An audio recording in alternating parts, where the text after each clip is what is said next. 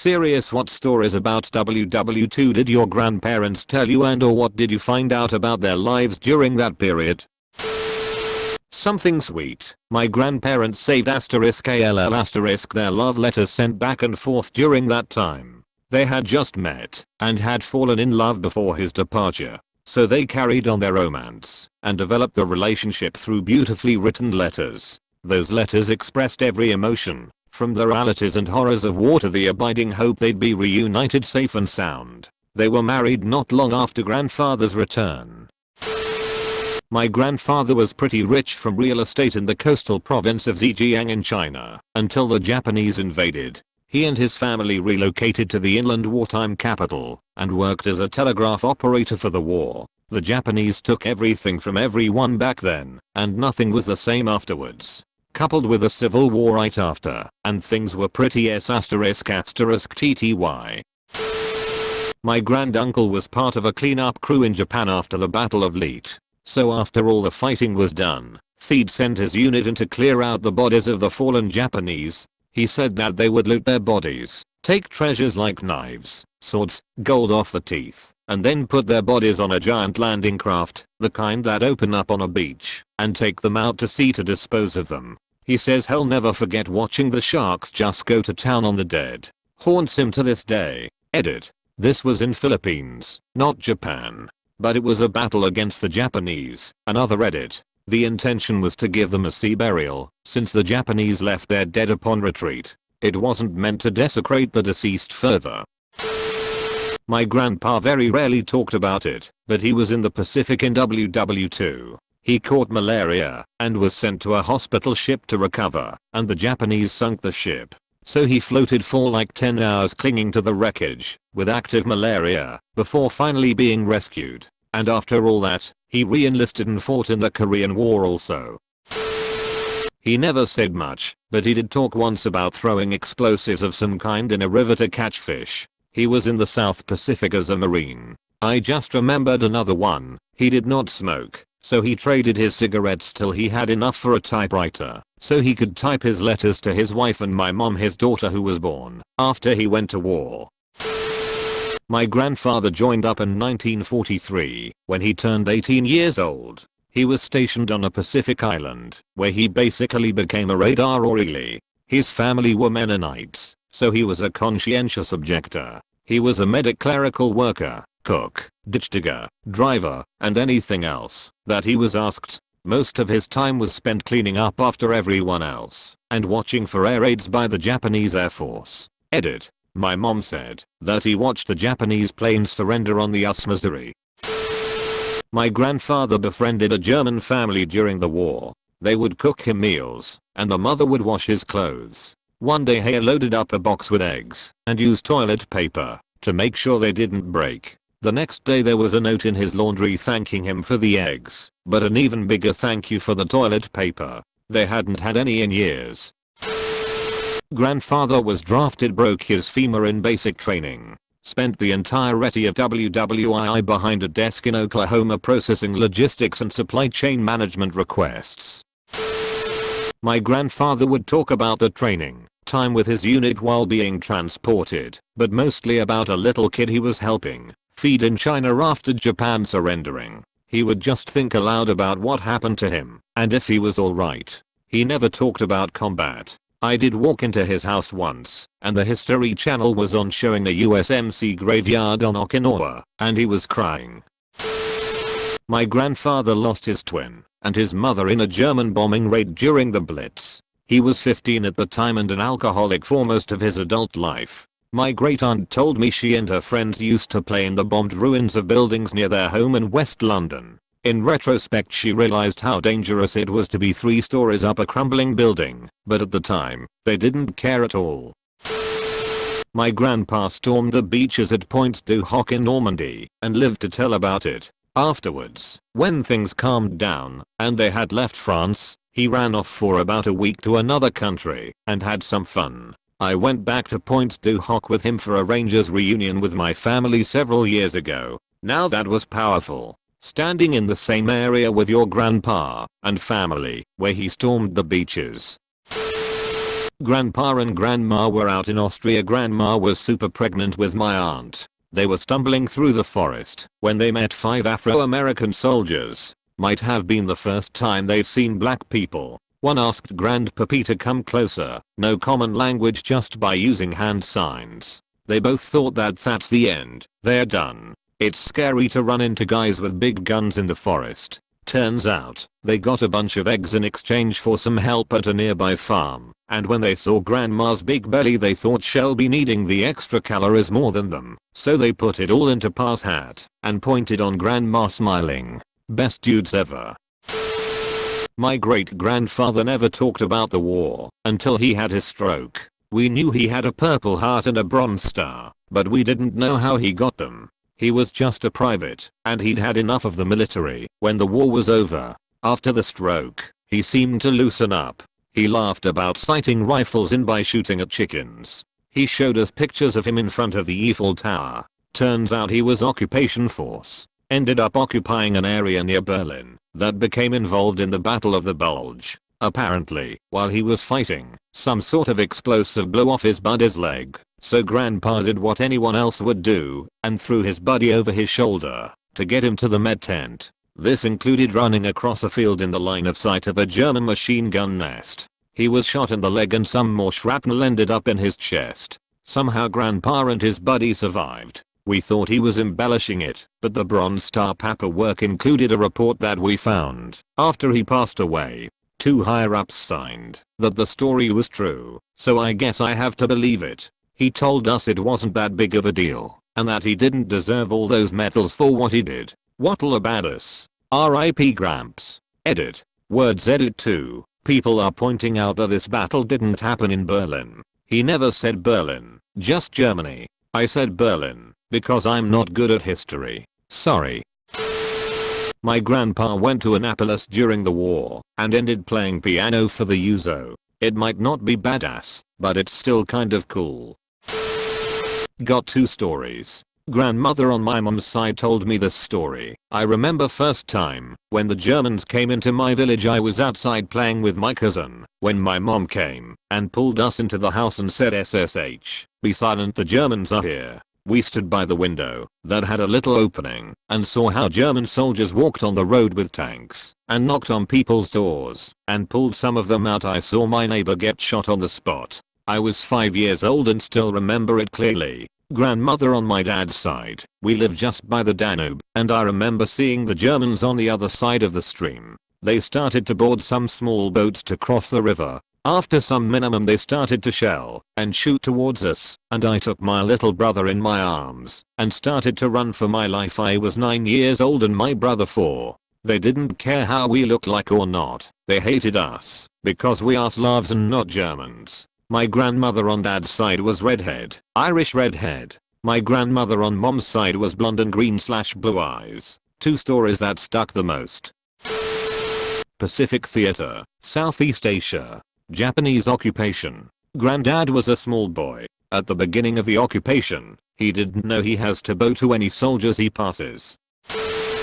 The only thing my grandpa ever said about the war was how he made his engagement ring out of a quarter using a tablespoon. I assume he saw some S***T. I did however meet an artsy airplane mechanic. 90 years old and dude still had all his wits about him. My grandfather served on a destroyer for the US and saw action in the Pacific Theater in Korea. One story I vividly remember is him telling me they had to assist in recovering downed US pilots from the ocean. He said many times the pilots were already dead and had been mutilated by sharks. He said he would never forget pulling those men out of the water. My father was a medic in WWII and was part of the Normandy invasion, where he had to do what he could with pieces of soldiers. It must have been horrifying. On his deathbed he admitted that he stole 2 small bars of silver from the body of a German soldier somewhere in France. He wasn't proud of it, and in fact he was quite ashamed of his actions even 60+ years later. When he returned home he sold the silver, and in a small way it helped him purchase a small trailer in which he and my mom lived while he finished college. My great grandfather died in the Netherlands fighting when my grandpa was 1 year old. My great-grandmother never spoke about it even up until she died, and it was only cleaning the house my grandpa found the Purple Heart and other memorabilia tucked away. She never remarried. Recently my dad and I went to the Netherlands and got the chance to visit the American cemetery there to see where he was buried. It was touching and sad. My dad had never met his grandpa and his dad could never make it over there at this point. We rubbed sand into his name on the gravestone and planted flags, talked about him. He died in 1945. My grandfather, a 6'6" red-headed Irishman from New York, was a lieutenant in charge of an anti-aircraft battery at Normandy. That's not the interesting bit though. As the Allies advanced into Europe they took a number of prisoners, who all spoke German. Obviously, my lieutenant grandfather was put into a private's uniform and stationed outside the POW camp. Why? Because my 6'6" red-headed Irishman from New York grandfather was the son of a German immigrant and spoke fluent German. He got a lot of intel from the prisoners who spoke German freely in front of the American. Light-hearted story. My grandpa was an MP, military police. When the soldiers got in bar fights and they needed to call the MP, he would get sent out to break it up, load them into the jeep, and take them back to base. He said they would drop them off at the gate. If they were sober enough to walk back to barracks on their own, they were free to go. If they were too drunk they would have to take them to the brigadier. These soldiers were under a lot of stress. I think it's a pretty cool thing that he bent the rules for some of these guys. My grandmother was a Jew in a Nazi concentration camp. She was pretty much certain to die because she didn't have a job and she wasn't cunning enough to survive on her own. It was rough. One day some local farmers in Russia bought her to work for them during the day. So she would go to the farm to work during the day and come back at night. The farmers would feed her and clothe her. They also helped her sneak food into the camp. Often, I don't know how, she would sneak soups into the camp to give to her friends and family. The farmers were endless in their kindness and helped her survive until the Nazis were defeated and everyone was released. My grandmother was reunited with her family and lived a long life until she died last year. Without the farmers' kindness I don't think I would be here today. My grandmother was in Auschwitz, so nothing good. She and her oldest sister moved from Lithuania to Poland under fake identities, but were later arrested and identified when her sister and her husband were caught forging documents for French prisoners of war and a friend sold them all out. She went into the camps a young woman with 2 parents, 4 grandparents and 6 siblings, and left with virtually no living relatives. I was just talking to my grandmother recently, she's alive and in her 90s, about her grandfather who was a high-ranking member of some military or another, and was under a lot of pressure at one point to essentially change his last name to something not Jewish sounding, and convert himself and his family to Christianity, in order to continue his peaceful and prosperous existence. But he refused. Not really thinking about it, I said imagine how much trouble it might have saved you if he had. She's Jewish on both sides of her family, so I don't know how that would have worked exactly, but again I wasn't really thinking about my words. And she laughed a bit and said I don't think so. In Russian there's an expression, and then she paused a moment, as if considering how to translate it, and said you get punched in the face, not the passport. My great-grandfather commanded a battery stationed in France for a period of time. They were tipped off about a German supply train that would be passing through the area. They ambushed the train and captured 150 German soldiers, injured 30, killing 25 in the fight. Some tanks and other equipment was destroyed or taken. All members received a Bronze Star and my great-grandfather also received the Kreuzstiege, awarded to those soldiers who distinguish themselves by acts of heroism involving combat with the enemy. You know, now that I think about it, I don't remember my grandma ever telling me about WWI and her life through it. I know my dad was born a year after, so she must have done some celebrating when it ended. Lol edit. My dad was born 6 months after the war ended. My grandmother didn't like to talk about the war. She lost several brothers. To this day we don't know where exactly 2 of them are buried. She told me that life was pretty much normal, especially in the first years, and continued to be normal until the bombings started. She lived in west of Germany, a small town. Farm life has to go on, war or no war. She did tell small things though. For example, she saw a friend of her pick up a grenade, not knowing what it was. The girl lost both hands. Or how they hid in the woods when the sirens for air bombings started. The first black person she saw was a Tommy. Most of them were friendly and asked for water or some potatoes when they arrived. Came though her town. She was afraid though, the Germans had lost. After all, the soldiers carried guns. Stories about the brutality of the Russians had reached her, and they didn't understand each other due to the language barrier. My grandmother was born in 1938, so she was young, 7 years old, when the war ended. She told me she remembers being scared to death when there were blackout drills, even if the Germans were going to bomb the US. Her small town in North Carolina would have never been a target, but I can see that a young child wouldn't really understand that, and she remembers her mother telling them that the war was over. She said she was excited because that meant they could get tires for their bicycle if they had a bike, but no tires for it since so much rubber was being used for the war effort. My great granddad was, along with his soldier mates, captured by the Germans in North Africa. He was German born himself, but his family emigrated to Britain in the early 30s, so he could converse with his captors. The German guards had to leave the area, I think he said cave, they were detained in, because an alarm went off, and so my great granddad and the others ran out and stole a car, making it back to friendly lines lol. My grandparents were 8 and 5 when the Japanese attacked Nanjing. My grandpa told me he remembers his dad taking him and his mom running away 2 days before the rape happened. My grandma's family was pretty well off, they owned a few restaurants in Nanjing. Her family had to basically give up everything to not get raped or killed. My granddad was a baby and his mother was walking with him down the street when a Messerschmitt 109 came flying down, opening fire down the street. A butcher dragged them both into his shop for cover and they survived, apparently. One of my grandfathers, German but not Nazi, told me about the time he and his family was hiding in the basement of a building in Leipzig, Ger. American planes were flying over the city, and he was the one looking up the chimney, and every time he heard the sound of bombs dropping he shouted, "Run to da kommt noch ein. Get down, another one is coming." He is still alive, and I love to listen to ww2 stories firsthand. These memories are so expensive.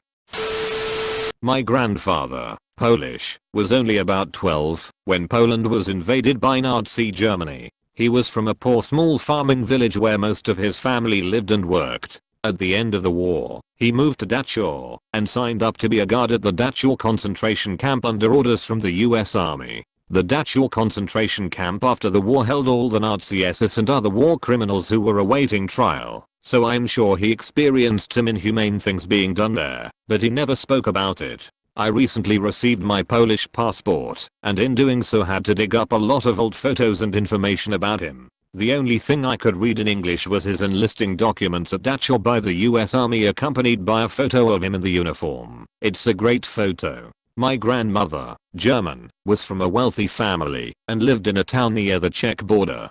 Her uncle was a lawyer for one of the Communist Party members and was taken away and never seen again. After the war, all of their land, possessions, and properties were given to the Czechs and they were told they could only take with them what they could carry. My grandmother left for Munich to find work. Dachau is near Munich. My grandparents met, fell in love, and after a couple years, got married and moved all the way to Australia with no money or possessions, something they would probably use to buy now. There they moved in with a family, where my grandma did housework for keep, and my grandfather went around collecting scrap metal to sell. He ended up building a very successful business from this, that has provided for their children and grandchildren. I'm very proud of them. My grandfather passed away in 2014 and my grandmother passed away in March this year. They had a long and happy life. I don't know the details very well, so I'll let more knowledgeable war historians fill in the blanks for me. My grandfather was a random farmhand in central France, about 20 when the French government surrendered. A couple years later, he joined the resistance, not knowing how long the war was going to last. Turns out he joined at the end of 1943, so it was only a few months later that the US Army ended up winning the French territories back. When the US forces arrived near my grandpa's countryside, his Maquis resistance group essentially offered their services as scouts/reconnaissance, since they didn't have much firepower, but they were quite good at sneaking around. They ended up making their way through eastern France and into Germany, liberating various small towns on the way, although my understanding is that the Wehrmacht was essentially fleeing at this point. Enter the small town of Anweiler in Germany. My grandpa is making a reconnaissance round when he hears a patrol coming around and has to hide quickly. He knocked on a random door and asked in broken German to be hidden inside. Versteck mich. They accepted, and in that house, my grandpa met the daughter of the family, just 3 years younger than him. Her name was Anna. They kept in touch, and he came back with his hat in his hands a couple years later and asked for her hand. They settled in Lorraine, a region that historically got passed around between France and Prussia/Germany, and where a French-German couple would not be judged quite as harshly. 60 years of marriage, 6 children, and a gaggle of grandkids and great-grandkids later, they passed away a few months apart from each other. They are buried in the tiny graveyard of the church of the village, where I grew up. Make sure to like and subscribe for more daily content. Thanks for watching.